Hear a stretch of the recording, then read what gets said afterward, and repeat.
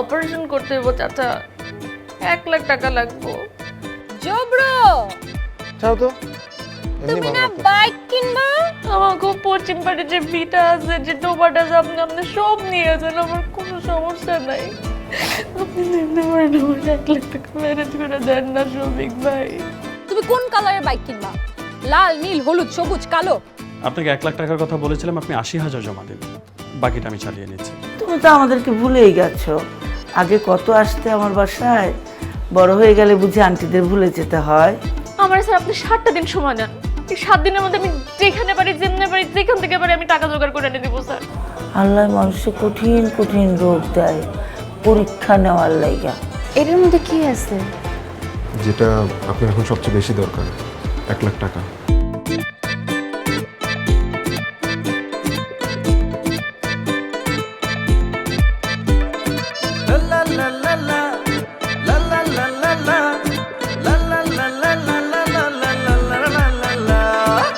তলায় তলায় গল্প নিয়ে গঞ্জাম ভরা অদ্ভুত এক ভাষা, বাজি আড্ডা বাজি, কেউ বা ভালো কেউ বা বাজি, নয় ছয় আর হই হুল্লো রে ঠাসা। তলায় তলায় গল্প নিয়ে গঞ্জাম ভরা অদ্ভুত এক ভাষা, বাজি আড্ডা বাজি, কেউ বা ভালো কেউ বা বাজি, নয় ছয় আর হই হুল্লো রে ঠাসা। আছে একদল হাত ছাড়া, কি জিনিস বাপ চেহারা, ওইরা থাকে বাড়িওয়ালার পিছে, নাই কোনো ঠিকানা, পাগলামের নাই সীমানা, তবু থাকি একই ছাদের নিচে। কত রঙ্গ তামাশা হয়, সবই যে অভিনয়, হাউস নাম্বার 9-6। কত রঙ্গ তামাশা হয়, সবই যে অভিনয়, হাউস নাম্বার 9-6। স্যার স্যার অপারেশনের কি অবস্থা স্যার? আমার আব্বা ঠিক আছে তো স্যার? বসুন বসুন। আমার আব্বা ঠিক হয়ে যাবে তো স্যার বলেন? হ্যাঁ আপনি চিন্তা করবেন না, আপনার আব্বা এখন out of danger, operation successfully হয়েছে। ইনফেক্টেড যে এরিয়াটা ছিল সেটা আমরা কেটে দিয়েছি। আলহামদুলিল্লাহ। যদিও অ্যানেস্থেশিয়া এখনো যায়নি, বাট আমরা আশা করছি খুব দ্রুত উনি সুস্থ হয়ে উঠবেন। স্যার আমার আব্বারে বাড়িতে নিয়ে যেতে পারবো স্যার? তা পারবেন, কিন্তু কিছুদিন অপেক্ষা করতে হবে। কতদিন অপেক্ষা করতে হবে স্যার? Near about 15 days। আসলে ওনার ভিতরে জার্মটা এখনো আছে কিনা সেটা আমাদেরকে কনফার্ম হতে হবে। একবার যদি আমরা কনফার্ম হয়ে যাই, তারপর পরই ছুটি। এরপর 3 মাস পর পরে ঢাকা এসে আমার কাছে আসবেন, চেক আপ করাতে হবে। আর কিছুক্ষণ পরে নার্স অথবা অন্যান্য যারা আছে তারা আপনাদেরকে বলে দিবে যে কি কি খেতে হবে বা কিভাবে চলতে হবে আপনার আব্বাকে, এগুলো সব ক্লিয়ার করে দেবে। স্যার আপনার কাছে আমি কৃতজ্ঞ হয়ে গেলাম স্যার, আপনি আমার আব্বারে ঠিক করে দিয়েছেন স্যার। জানো, এটা আমার দায়িত্ব। থ্যাংক ইউ কিছু নেই। আমি আশা করি আপনার আব্বা সুস্থ হয়ে উঠুক। Thank you sir. খুশি। আসুন।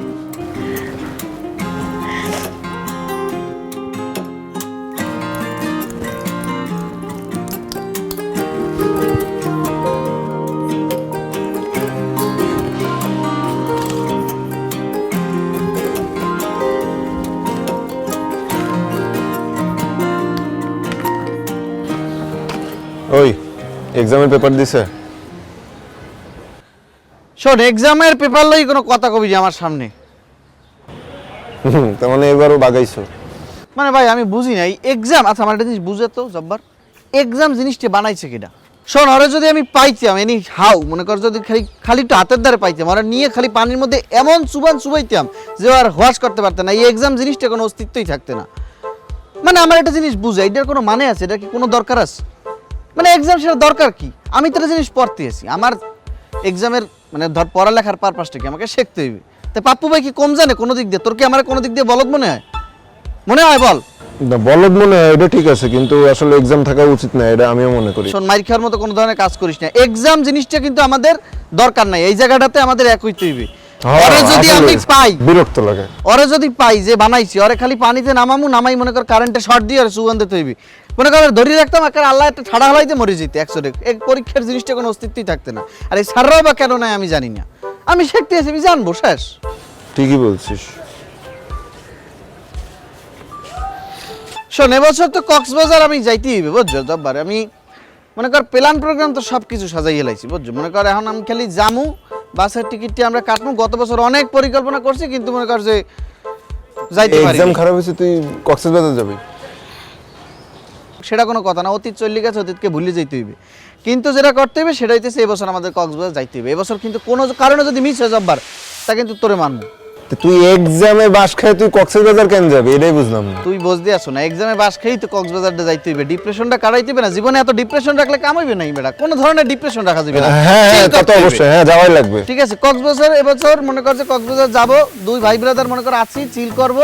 মনে কর যে লগে আরো মানুষজন হইলে খুব ভালো হইতো, কিন্তু আমরা চিল করবো। এবার মনে কর যে 100 চিল করবো। না মামা জব্বার, তুই খালি চিন্তা কর মামা। আমার চোখের সামনে যখন এই কক্সবাজারের সিনারিওটা আসে, তুই খালি চিন্তা কর, সমুদ্র, সি বিচ, মনে কর সেখানে কত মানুষজন আসে, প্রকৃতি, ভাই ব্রাদার মিললে সেখানে চিল করবো। কত মানুষ কত কিছু জলকেলি করতে থাকে বুঝছো। মনে কর যে দেখ, চিলটা কিন্তু সেরা হইবে, কারণ এই ভাই ব্রাদারদের চিল এটা কিন্তু সবসময় 100, এটা তোর বুঝতে হইবে। এখন সেখানে আমি আর তুই এবার যাব, এবার কোনো বিলেই মিস হইবে না, ঠিক আছে? সব বুঝলাম, কিন্তু টাকাটা কে দেবে? এটা লই আবার তুই নতুন করে চিন্তা করা শুরু করছো কবে দিয়া? মানে তোর আনুষঙ্গিক যা কিছু লাগে, মানে তোর ঘরের তোর শার্ট হইতে শুরু করিয়া, গেঞ্জি হইতে শুরু করিয়া, তোর বাথরুমের বদনা পর্যন্ত, এত সবই তুই তোর বাপের টাকা মারি কেনছো না? এইবার আর কোনোভাবে টাকা মারা যাবে না? না, সম্ভব না। এইবার টাকা মারালে ধরা খাইলে আমার হাত চুদ্ধে কাটে দেবে, কোনোভাবে সম্ভব না। এটা লই ডরের কি আছে বেটা? শোন, পাপ্পু ভাইয়ের কাছে সবকিছু সলিউশন আছে। তোর যদি হাত কাটিয়ে দেয় বা এনি চান্স তোর আব্বু, তাইলে মনে কর যে বাসে উঠবো, উঠে বলবো যে ভাই দেখেন আমার লগে তোর চেহারাতে এমনি খয়রাতির মতো। বলবো ভাই আমার সাথে একটা খয়রাতি আছে, টাকা পয়সা একটু শর্ট হয়ে গেছে, আর একটু খয়রাত দিয়ে দেন। বেচারার হাতটা কাটা, আর হাতটা নাই।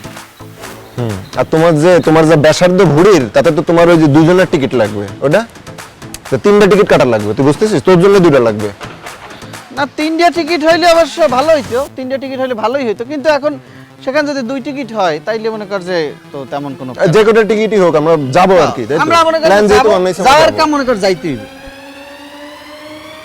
ভাই আসসালামু আলাইকুম। আসসালামু আলাইকুম ভাইয়া। হ্যাঁ, চল। যাইতে হবে কক্সবাজার। এই প্ল্যানটা কিন্তু না হ্যাঁ, গতবার মিস হয়েছে, এবার যাওয়াই লাগবে। প্রত্যেক বছর এটা মিস করা যাবে না, বুঝো না? চিল আনন্দ সেটা সবসময় বজায় থাকতে হবে। ডিপ্রেশন কি জিনিস আবার?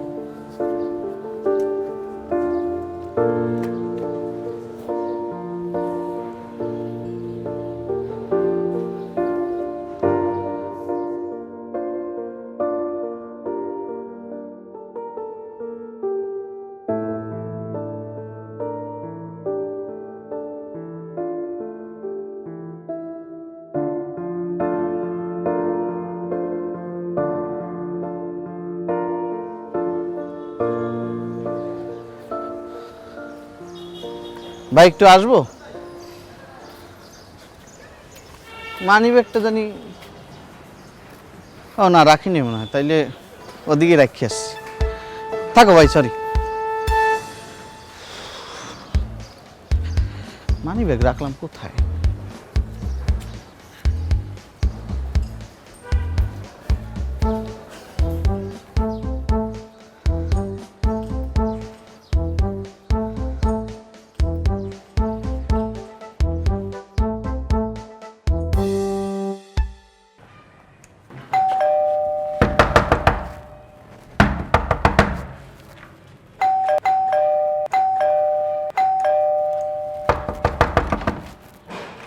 ও তুমি বাসায় আসো না? আমার টাকা চুরি কইরা অন বাসার মধ্যে পালায় আসো। আপনি এগুলো কি কইতেছেন? আপনি টাকা দিব মানে? আর আপনি আমার চোর বলতেছেন কিসের জন্য? চোরে মার বড় গলা, ভালো ভালো টাকা দিয়ে দাও, নইলে কিন্তু আমি পুলিশে খবর দেবো, তোমার 14 শিকের ভাত খাওয়াই ছাড়মু। এত সোজা 14 শিকের ভাত খাইন না? হ্যাঁ, আপনি কি কইতেছেন? এটি আমি আছে আমার বাপের চিকিৎসা নিয়ে, আজকে তার অপারেশন হয়েছে, স্বাধীন হাসপাতাল থেকে আজকে বাসার মধ্যে আইছে। আপনি এগুলো কি কইতেছেন? আমি বুঝতেছেন। আপনি আপনার বাড়িতে যান। তার মানে তুমি আমার টাকা দিবা না? দেখেন, আমি আপনার কোনো টাকা নেই নাই। আমি আপনার টাকা যেহেতু নেই নাই, আমি আপনার টাকা দেওয়ারও কোনো প্রশ্ন উঠে না। হ্যাঁ, তোমার কিন্তু আমি শেষবারের মতো বলতাছি। আমি আপনার শেষবারের মতো কইতাছি, আমি আপনার কোনো টাকা চুরি করিনি। টাকা যেহেতু চুরি করিনি, আপনার টাকা দেওয়ার কোনো প্রশ্নই উঠে না। আর আমি আপনার কইতাছি, আপনি যদি বাসার মধ্যে না যান, আমি চিৎকার করে সবাই ডাকবো কইতাছি। তুমি আমার ডর দেখাও, মাইয়া তোমার আমি কিন্তু দেখে নেবো কিভাবে টাকা উদ্ধার করতে হয় সেটা কিন্তু আমি ভালো করে জানি মনে রাখো আরে কি করবি মাথা মতো নষ্ট হয়ে গেছে নি তুই ঘুমের মধ্যে আসছে মনে হয় হ্যাঁ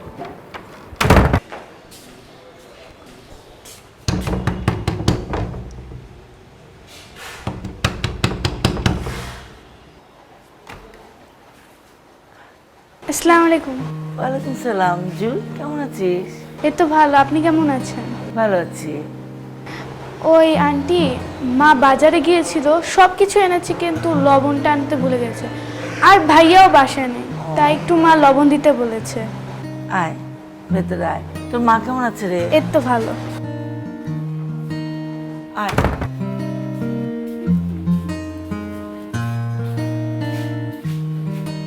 নে, এই শোন, রোজা আর রাহানের খবরটা কি রে? মা মেনে নেয়নি? মা তো এক পায়ে রাজি, কিন্তু বাবা কোনোভাবেই রাজি হচ্ছে না। আর সবচেয়ে বড় ব্যাপার হচ্ছে ভাইয়া নিজেই তো রাজি হচ্ছিল না। কি বলিস? কিন্তু কেন? তা তো জানি না, কিন্তু ভাইয়ার মনটা অনেক খারাপ। রায়হান একটু আগে এসেছিল, ভাবলাম ওর কাছে জানতে চাইবো, কিন্তু আর জিজ্ঞেস করা হয়নি। ভাবলাম তোর মায়ের সাথে দেখা হলে জানবো। তুই আসলি তো, তাই তোর কাছে জিজ্ঞেস করলাম। তোরা চোখের সামনে বড় হয়ে যাচ্ছিস, দেখলে কি শান্তি লাগে। আচ্ছা, তোর লেখাপড়ার খবর কি রে? ভালো, এবার মিড টার্মের ক্লাসে ফার্স্ট হয়েছি। বাহ, সেটা তো খুবই ভালো খবর। পাপ্পুটা ক্লাসে একবারও ফার্স্ট হতে পারেনি। আচ্ছা চল, ফ্রিজে মিষ্টি আছে, তোকে মিষ্টি খাওয়াই। আমি গ্যাঞ্জাম চেঁচামেচি একদম পছন্দ করি। তোমার বাবা অসুস্থ, তুমি আমাকে বললা, আমি তোমাকে বাসা পাঠা দিলাম। তুমি কি করলা? বড়দের সঙ্গে খারাপ আচরণ করলা, খারাপ ব্যবহার করতেছো। এগুলো ঠিক না। সবাই কিন্তু আমাকে আঙুল দিচ্ছে। পয়েন্টে আসার জন্য আপনাকে ধন্যবাদ বিজান ভাই। দেখেন, আমি কিন্তু দীর্ঘদিন ধরে আপনাদের ফ্ল্যাটে থাকি, কোনোদিন আমার পকেট থেকে 2 টাকা চুরি হয় নাই। শীতে যদি একটা কয়েন পড়ে থাকে, সেটা কেউ না কেউ আপনার হাতে তুলে দেয়, অথচ আমার বাসা থেকে এতগুলো টাকা চুরি হলো। আমি চাই না এই বাসায় পুলিশ আসুক। আপনি এটা সমাধান করেন, নইলে কিন্তু আমি পুলিশ ডাকবো। আরে পুলিশ ডাকা দরকার নাই। আমি কি বলছি, এই বাসা থেকে যেই গেছে সেই আমার বিরুদ্ধে ক্লেম করেছে। আর আমি কি চাচ্ছি? আর তোমার বিরুদ্ধে আমাকে ক্লেম শুনতে হচ্ছে? হ্যাঁ, তোমার কি উচিত হয়েছে? আচ্ছা ঠিক আছে, টাকা যদি নিয়ে থাকো দিয়ে দাও, কোনো অসুবিধা নেই, তাও দিয়ে দাও। আমি বলছি অনেক বড় সমস্যা হবে কিন্তু। বিশ্বাস করেন চাচা, আমি এই টাকা নেই নাই। আপনার কি মনে হয় আমি এই টাকা নিচ্ছি? হ্যাঁ, চোররা তো প্রথম অস্বীকার যায়, তারপর যখন ধরে নিয়ে গিয়ে থানায় যায়, 2-1 বাড়ি মারে, তারপরে মুখ থেকে গল গল করে সব কথা বেরিয়ে আসে। আমি এসব গ্যাঞ্জাম পছন্দ করি না। ভালো ভালো টাকাটা দিয়ে দাও, নইলে কিন্তু আমি সত্যি সত্যি থানায় যাবো। আচ্ছা আচ্ছা, বুঝতে পারছি বুঝতে পারছি। ও লজ্জা পাচ্ছে, লজ্জা পাওয়ার জন্য টাকাটা দিচ্ছে না। আচ্ছা ঠিক আছে, সময় নিতে চাচ্ছ তো সময় নাও, কিন্তু টাকাটা দিয়ে দাও, ঠিক আছে? আঙ্কেল, এরকম কোনো কিছু না। আর আব্বা, তোমরা খামাখাই না একটা অসহায় মেয়েকে মানে এরকম ব্যবহার করতেছো। এই চুপ কর, এখানে মুরব্বিরা কথা বলছে। যা নিচে যাও, নিচে যাও। আব্বা, তোমার যদি কিছু বলার থাকে না, তুমি আমাকে বলো। আব্বা, টাকাটা আসলে আমি চুরি করছিলাম। কি? কি? তুমি টাকা নিছো? তুমি টাকা নিছো? এই মিয়া, আপনার ছেলে তো চোর। আঙ্কেল, আগে আপনি পুরো কথাটা শুনেন। আপু পুরোটা অসহায় ছিল, আর আপু হেল্পের জন্য অনেকজনকে ফোন দিছে, কিন্তু একজনও কেউ হেল্পই করে নাই। ওই টাইমটাতে আমার কাছে মানে এটা ছাড়া অন্য কিছু করার কোনো উপায়ও ছিল না। শুধুমাত্র একটা মানুষের প্রাণ বাঁচানো। আমি বুঝতে পারছি এটা কত নিরাপরাধ। একটা নিরাপদ মেয়েকে আমি এতগুলো খারাপ কথা বললাম। এই সরি, আমি খুব দুঃখিত। তুই নিয়েছিস সেটা তো তুই আগে আমাকে বলবি।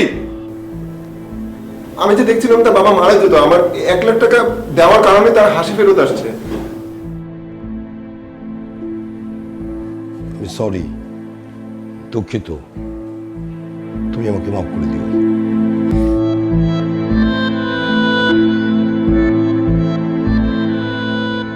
এই দাঁড়িয়ে আছিস কেন? আয় নিচে আয়।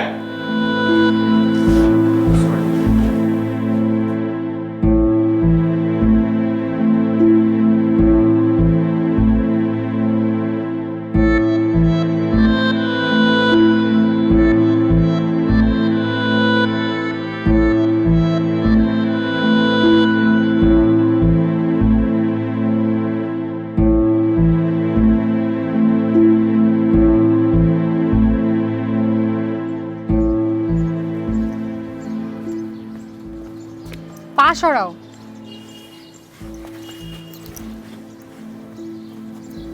এখানে চোরের মতো বসে রয়েছো কেন?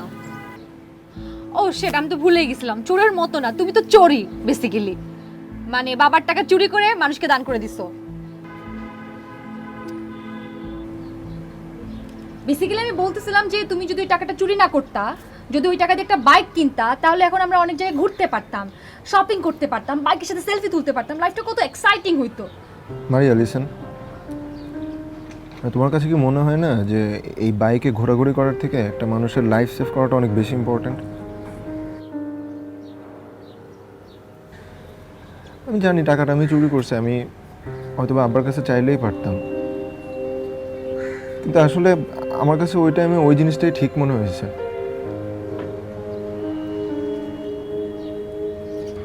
আমি হয়তো বা বাবার কাছে চাইলে হয়তো আমি টাকাটা পেয়ে যাইতাম, কিন্তু ওই সিচুয়েশনটাতে না, মানে আমার কাছে মনে হয়েছে যে তার লাইফ সেভ করাটাই বেশি ইম্পর্ট্যান্ট। আমার কাছে ওইটাই বেশি ঠিক মনে হয়েছে, যার কারণে আমি ওই স্টেপটা নিয়েছি। টাকাটা চুরি করার কারণে আমি আমার আব্বার কাছেও খারাপ হইলাম, আমি বাইকটাও হলো না। আমি জানি টাকাটা থাকলে আমরা বাইক নিতে পারতাম, তোমারও ইচ্ছা ছিল যে আমার একটা বাইক হোক, আমি সেটাও করতে পারলাম না। আমি তোমাকেও হ্যাপি রাখতে পারলাম না। আমার বাবার কাছে তো আমি চোর ছিলাম, আমি চোরই রয়ে গেলাম। আই এম সরি, আমাকে মাফ করে দিও। আমি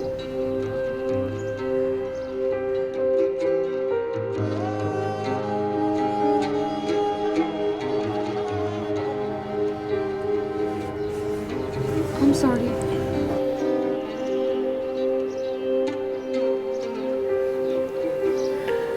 মন খারাপ করো না। আচ্ছা, আমাদের বাইক লাগবে না, আমরা রিকশায় ঘুরবো।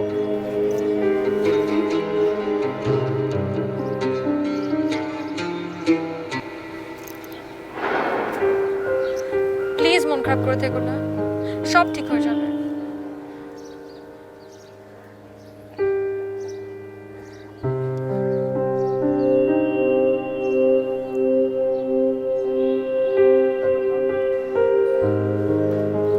এমন করো না, আঙ্কেল ঠিকই বুঝবে সবকিছু।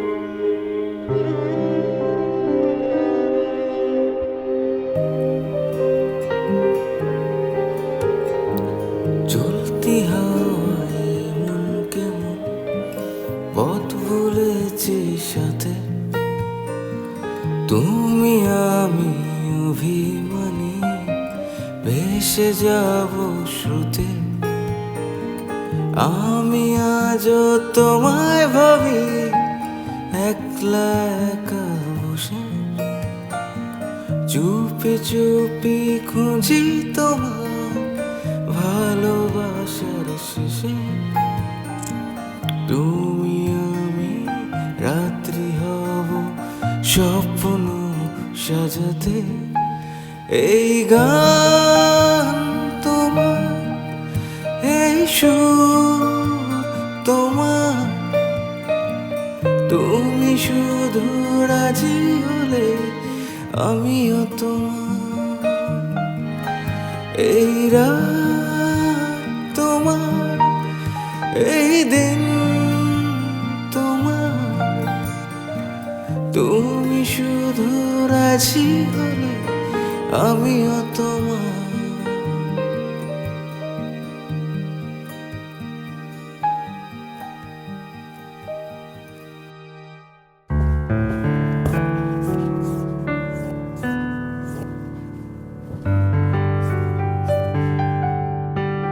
বাবা আসবো? কিরে, বাবা রুমে আসবি আবার পারমিশন দেবে কি? আয়।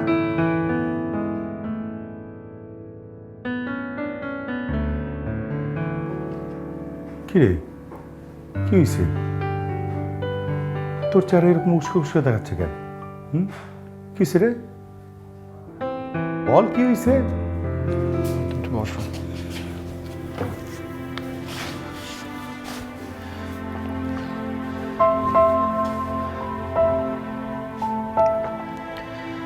বাবা, আমি জানি আমি হয়তোবা তোমার অনেক খারাপ একটা ছেলে। আসলে সত্যি কথা বলতে কি, বাইকের জন্য যে টাকাটা তুমি আলাদা রাখছিলে আর যেটা চুরি হয়েছিল, ওটা আমি চুরি করছিলাম। তুই আমার কাছে মিথ্যা কথা বললি কেন? এত নাটক সাজাইলি কেন? আমার প্রেশানির মধ্যে রাখলি কেন? তোকে আমি বারবার জিজ্ঞেস করছি না যে টাকাটা তুই নিছিস কিনা, আমাকে বল। হ্যাঁ, নাটক করা মানে কি হয়েছিল? আর এই টাকা তো তোর বাইক কেনার জন্য আমি রাখছিলাম, তাহলে কেন চুরি করছস?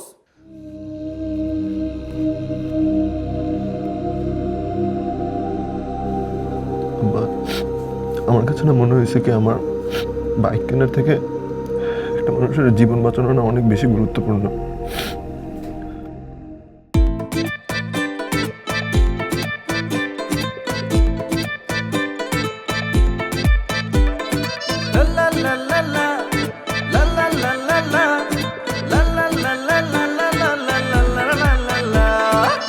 তলায় তলায় গল্প নিয়ে গঞ্জাম ভরা অদ্ভুত এক ভাষা,